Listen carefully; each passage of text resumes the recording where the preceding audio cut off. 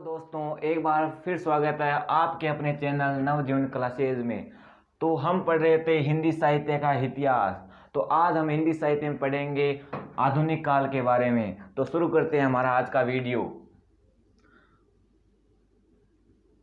आधुनिक काल।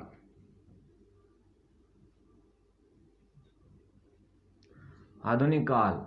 तो आधुनिक काल को और क्या कहा जाता है? आधुनिक काल को कहते हैं गद्य काल। गद्य काल, ठीक है दोस्तों। तो आधुनिक काल में कैसे प्रश्न बनते हैं, आज हम उन पर चर्चा करेंगे। तो आधुनिक काल का पहला प्रश्न बनता है कि हिंदी के सबसे पुराने गद्य लेखक।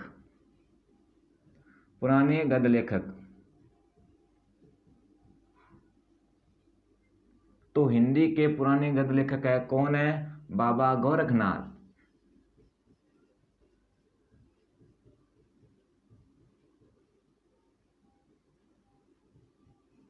ठीक है, तो बाबा गोरखनाथ। तो हिंदी को गद्य भाषा को 3 भागों में बांटा है। कितने भागों में? 3 भागों में। गद्य की 3 भाषा है।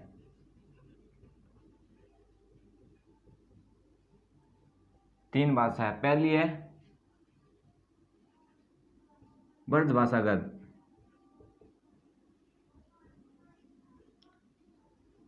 दूसरी है राजस्थानी गद्य,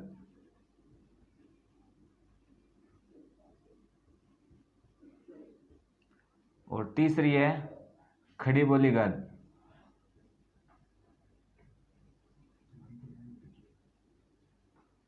ठीक है, तो गद्य की 3 भाषाएं, पहली है ब्रजभाषा गद्य, दूसरी है राजस्थानी गद्य, तीसरी है खड़ी बोली गद्य।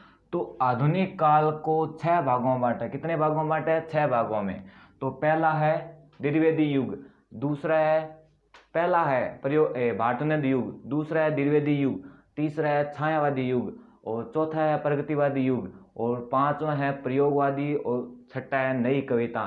उनके बारे में हम चर्चा करते हैं।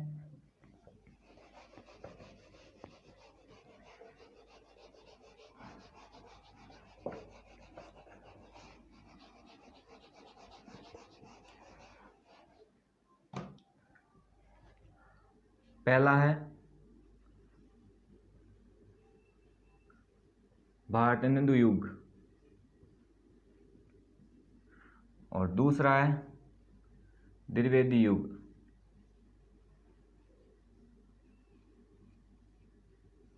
और तीसरा है छायावादी युग।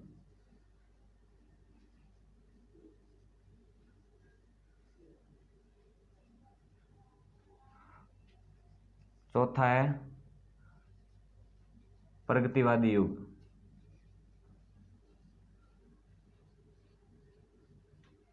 और 5वां है प्रयोगवादी युग,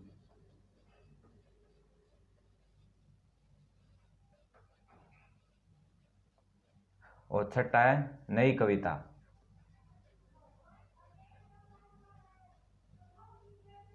ठीक है, पहला भाटुनंद युग, दूसरा है द्विवेदी युग, तीसरा है छायावादी युग, बाद है प्रगतिवादी युग, बाद है प्रयोगवादी युग, बाद है नई कविता।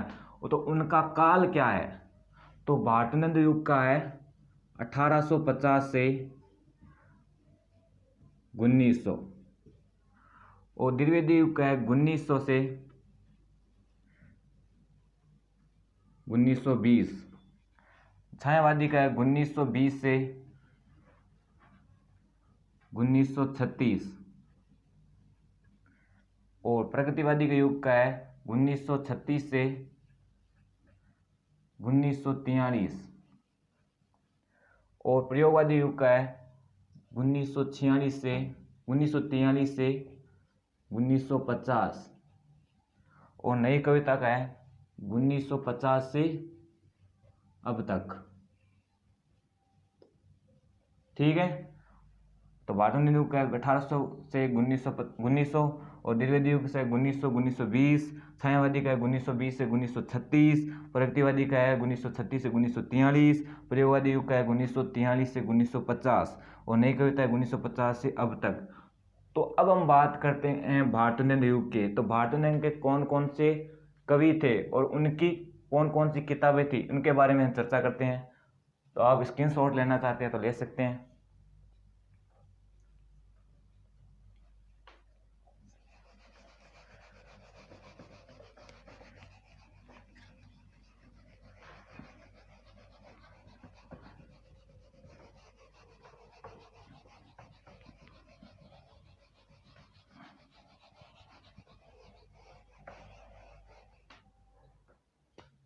अब हम बात करते हैं भारत द्वीप के।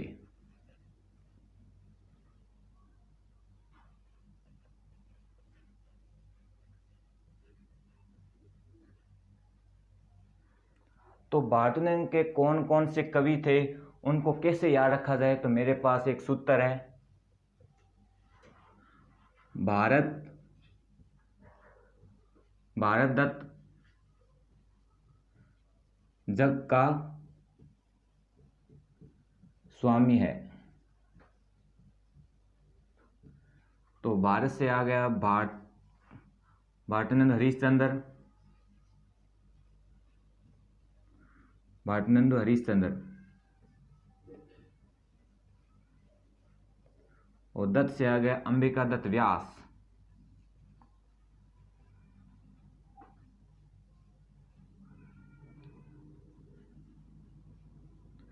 और जग से आ गया जगमोहन सिंह।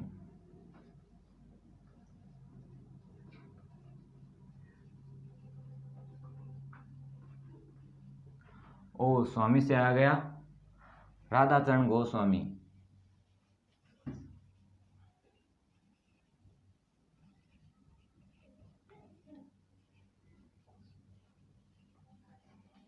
तो राधाचरण गोस्वामी।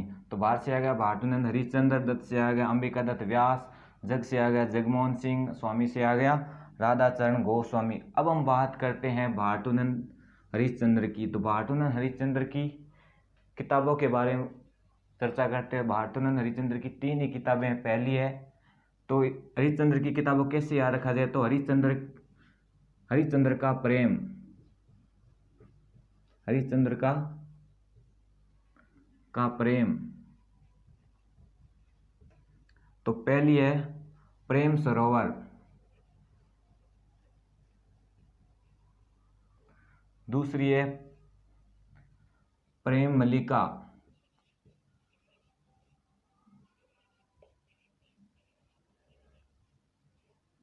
और तीसरी है प्रेम पुलवामा।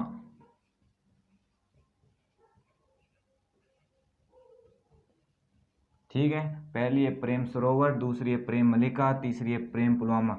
अब हम बात करते हैं अंबिका दत्त व्यास की। ठीक है दोस्तों,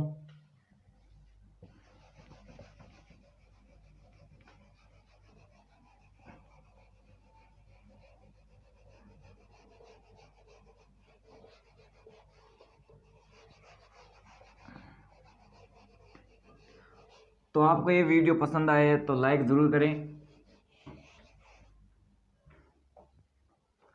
अब हम बात करते हैं अंबिका दत्त व्यास की।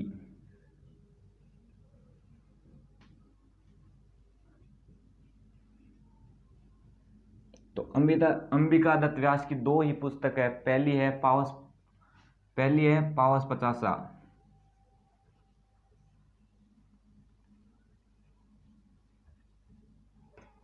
और दूसरी है भारत धर्म।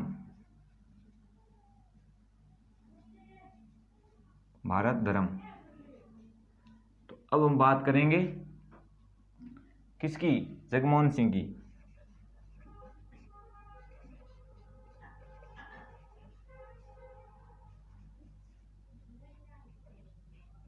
जगमोहन सिंह की है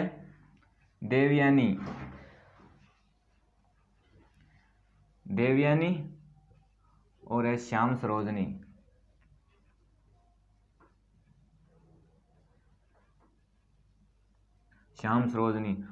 अब हम बात करते हैं स्वामी आ गया राधाचरण गोस्वामी।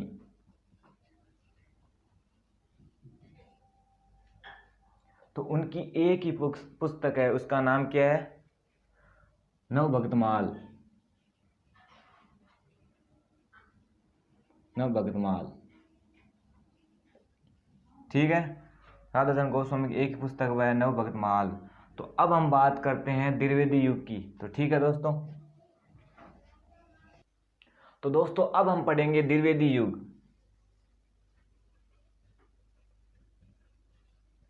क्या पढ़ेंगे? द्विवेदी युग। तो द्विवेदी युग के कवियों को कैसे याद रखा जाए, तो मेरे पास एक ट्रिक है। वो क्या है? अयोध्यासी उपाध्याय अयोध्या की शरण में मिला माखन और महाप्रसाद। माखन और महाप्रसाद।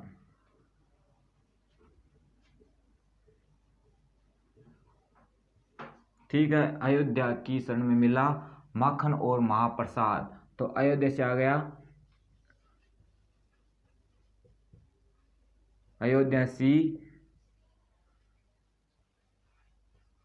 अयोध्यासी उपाध्याय हरिओद।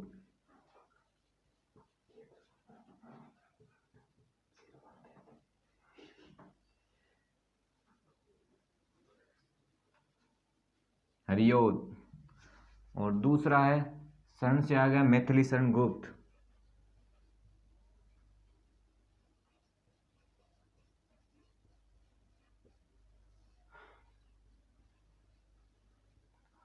और माखन से आ गया माखनलाल चतुर्वेदी।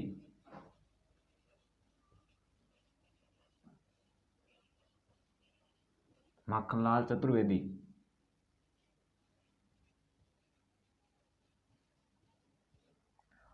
और महाप्रसाद से आ गया महावीर प्रसाद।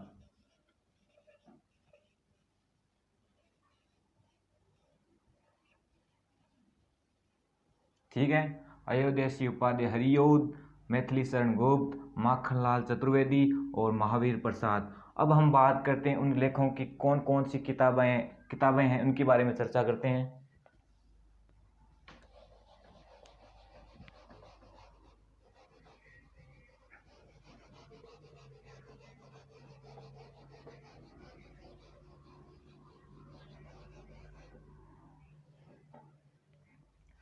अब हम बात करते हैं मैथिली शरण गुप्त की।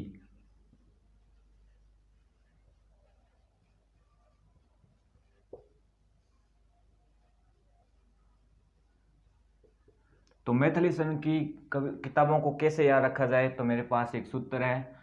साकेत गुप्ता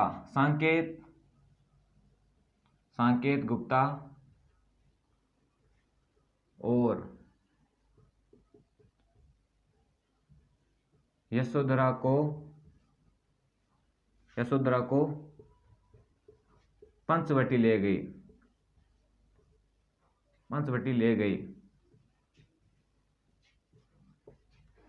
साकेत गुप्ता और यशोधरा को पंचवटी ले गई। तो साकेत से आ गया सांकेत, उनकी एक किताब है सांकेत। और गुप्ता से आ गया मैथिली शरण गुप्त। और यशोधरा से यशोधरा।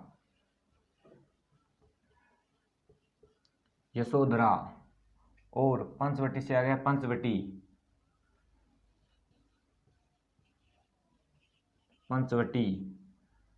और उनकी एक और है भारती।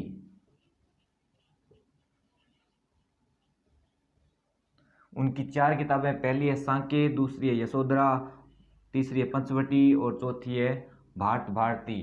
तो सांकेत गुप्ता और यशोधरा को पंचवटी ले गई। तो गुप्ता से आ गया मैथिली शरण गुप्त कवि के बारे में। तो अब हम बात करते हैं माखनलाल चतुर्वेदी की।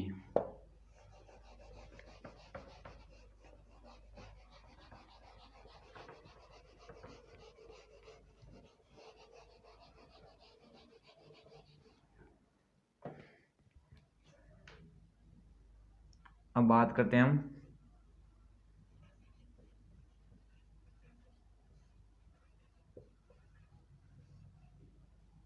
माखनलाल चतुर्वेदी।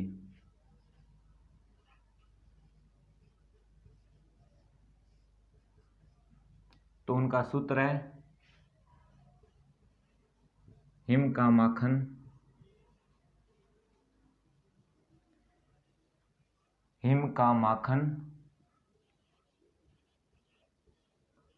चरण में, हिम का माखन चरण में समृत है। ठीक है, तो हिम से आ गया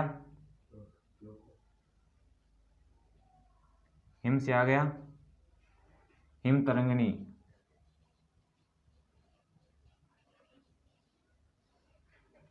और माखन से आ गया माखनलाल चतुर्वेदी, कवि के बारे में आ गया माखनलाल चतुर्वेदी। और चरण से आ गया युग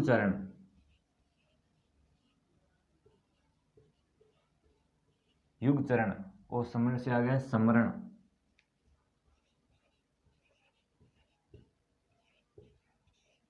तो समरण उनकी पहली है हिम तरंगिणी, दूसरी है युग चरण, और तीसरी है समरण। उनकी एक और है हिम किरवनी। तो हिम का माखन चरण में समृत है। तो हिम से आ गए हिम तरंगिणी और ही किरवनी, और माखन से आ गया लेखक के बारे में माखनलाल चतुर्वेदी, और चरण से आ गया युग चरण, और समृत से आ गया समरण। ठीक है, अब हम बात करते हैं महावीर प्रसाद की।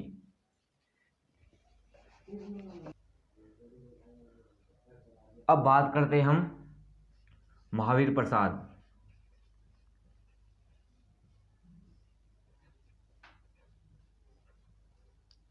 तो महावीर प्रसाद की दो पुस्तक है, कौन सी? काव्य मंजूषा,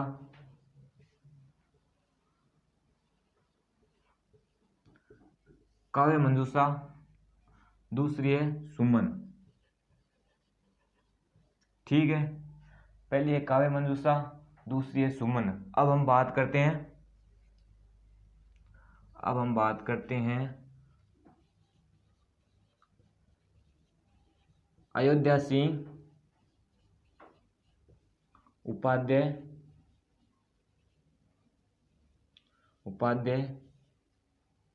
हरिऔध के बारे में।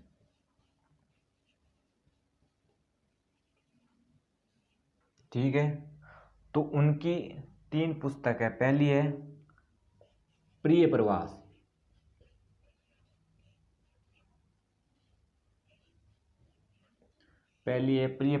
दूसरी है वैदेही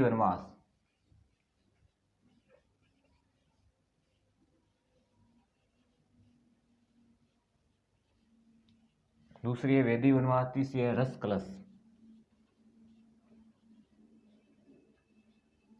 तो हमने बात की द्विवेदी युग की। तो द्विवेदी के महावीर प्रसाद की 2 ही किताबें हैं, काव्य मंजूषा और है सुमन। अब अयोध्या सिंह उपाध्याय हरिऔध, उनकी है प्रिय प्रवास, वैदेही वनवास और रस कलश। तो अब हम बात करते हैं छायावादी युग के बारे में। तो अब हम बात करते हैं छायावादी युग की। तो छायावादी युग के कवियों को कैसे याद रखा जाए, तो मेरे पास एक ट्रिक है, वो है महादेव, शंकर और राम ने सूर्य और सुमित्रा को छाया में आशीर्वाद दिया। तो महादेव से आ गया महादेवी वर्मा,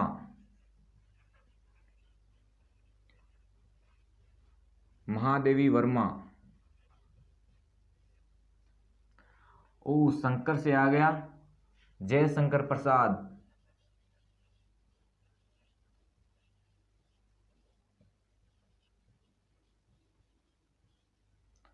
ओ राम से आ गया राम कुमार वर्मा,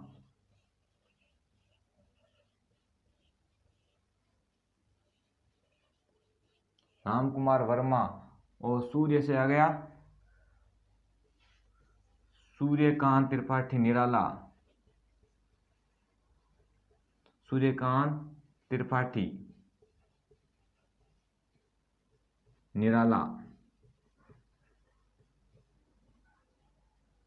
ओ सुमित्रा से आ गया सुमित्रानंद पंत,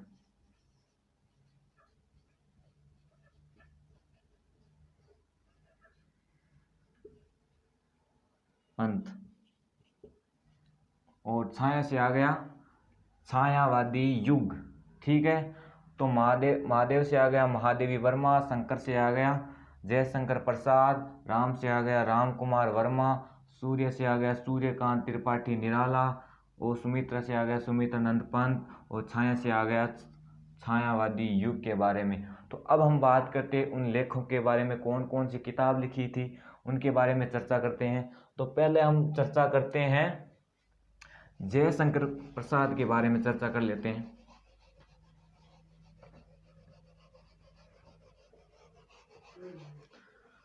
भाई आपको ये वीडियो पसंद आए तो लाइक जरूर करें, इतनी मेहनत कर रहा हूं। अब हम बात करते हैं जयशंकर प्रसाद के बारे में।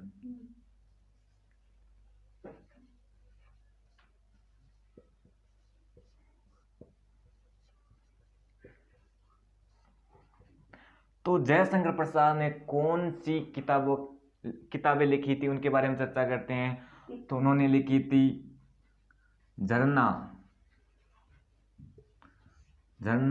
लहर, आंसू, कंकाल,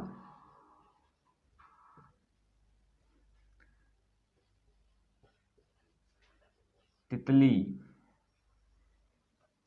कामयानी,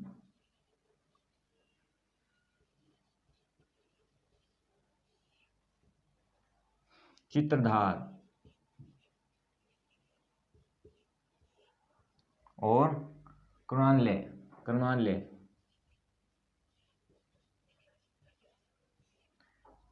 झरना, लहर, आंसू, कंकाल, तितली, कामयानी, चित्रधार और कर्णालय। तो जयशंकर प्रसाद ने झरना लिखी थी, लहर लिखी थी, आंसू लिखी थी, कंकाल लिखी थी, तितली लिखी थी, कामयानी लिखी थी, चित्रधार लिखी थी और कर्णालय लिखी थी। अब हम बात करते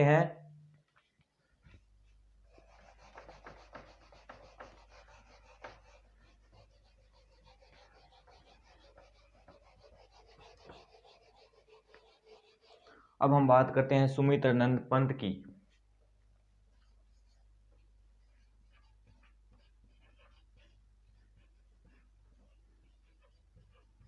सुमित्रानंद पंत। तो सुमित्रानंद को प्रकृति का सुकुमार भी कहा जाता है। क्या कहा जाता है? प्रकृति का सुकुमार। सुमित्रानंद पंत को प्रकृति का सुकुमार भी कहा जाता है।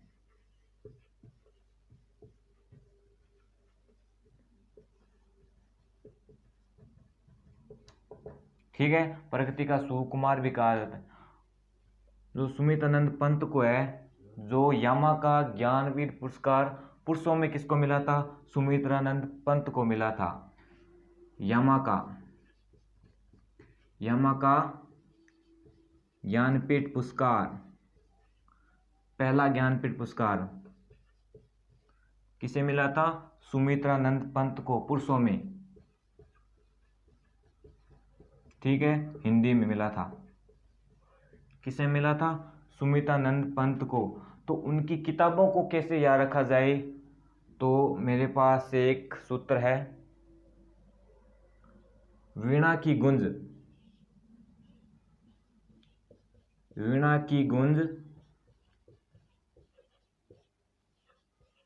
पूरे आवास में पुलकित हो रही है।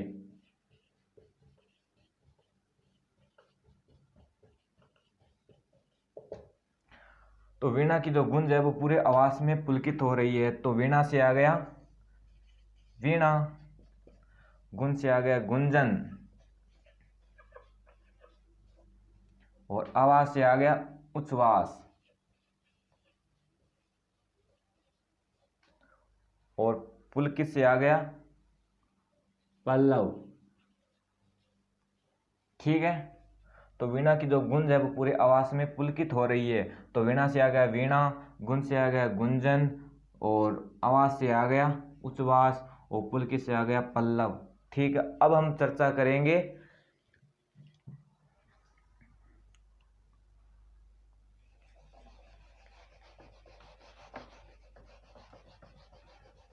जो प्रकृति का सुकुमार भी कहा जाता है सूर्यकांत सुमित्रानंद पंत को।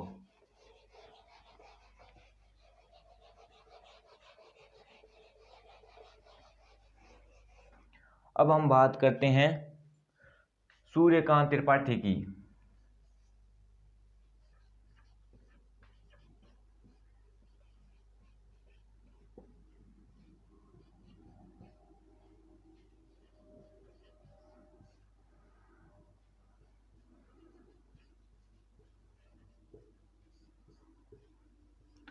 तो सूर्य कुमार त्रिपाठी की 3 पुस्तक है, कौन सी? वो है ओके। अब हम बात करते हैं सूर्यकांत त्रिपाठी की। तो कौन किसकी एक पुस्तक है? एक है अनामिका,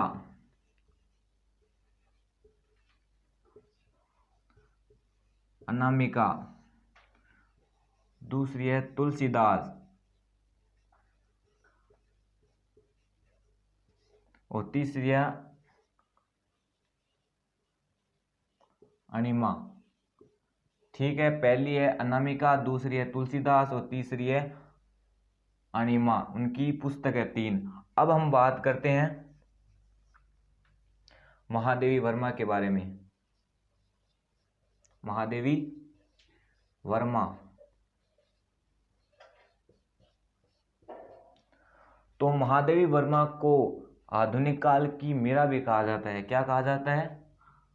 आधुनिक काल की मीरा।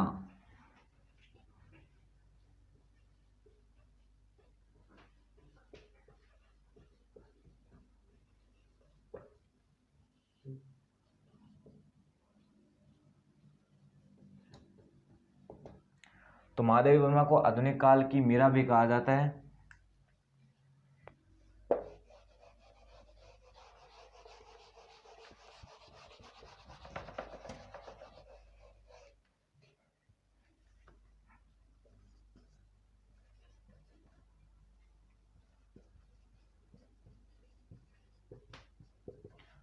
आधुनिक काल की मीरा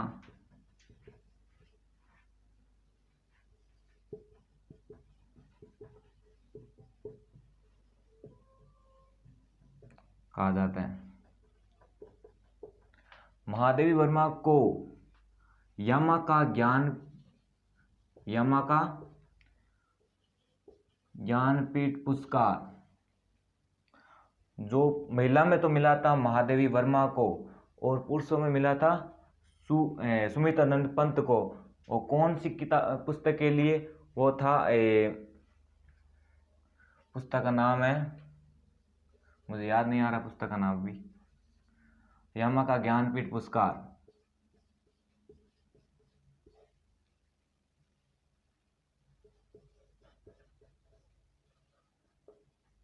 हिंदी में मिला था, यामाका ज्ञानपीठ पुरस्कार। ठीक है, तो उनकी रचना देख लेते हैं, पुस्तकों के बारे में चर्चा कर लेते हैं।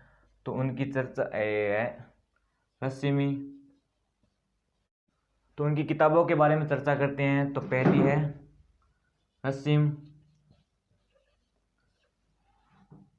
रश्मि, नीरजा और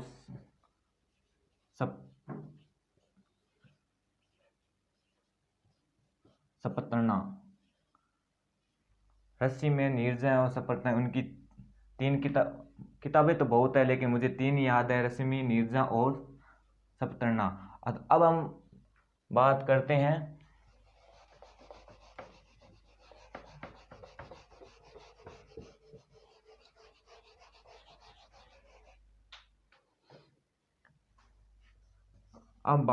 हैं राम कुमार वर्मा की।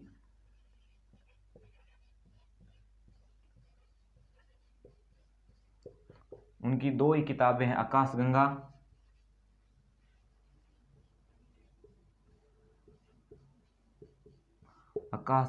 और चित्ररेख।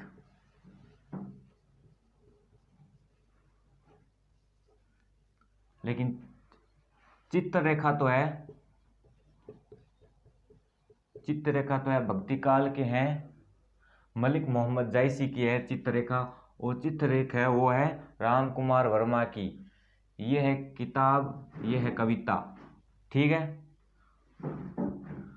तो आज हम छायावादी युक्त की पढ़ेंगे। अगले वीडियो में हम चर्चा करेंगे प्रगतिवादी और प्रयोगवादी और नवी कविता के बारे में चर्चा करेंगे। तो ये हमारा वीडियो आपको पसंद आए तो हमारे वीडियो को लाइक, शेयर और सब्सक्राइब जरूर करें हमारे नवजीवन क्लासेज को। धन्यवाद।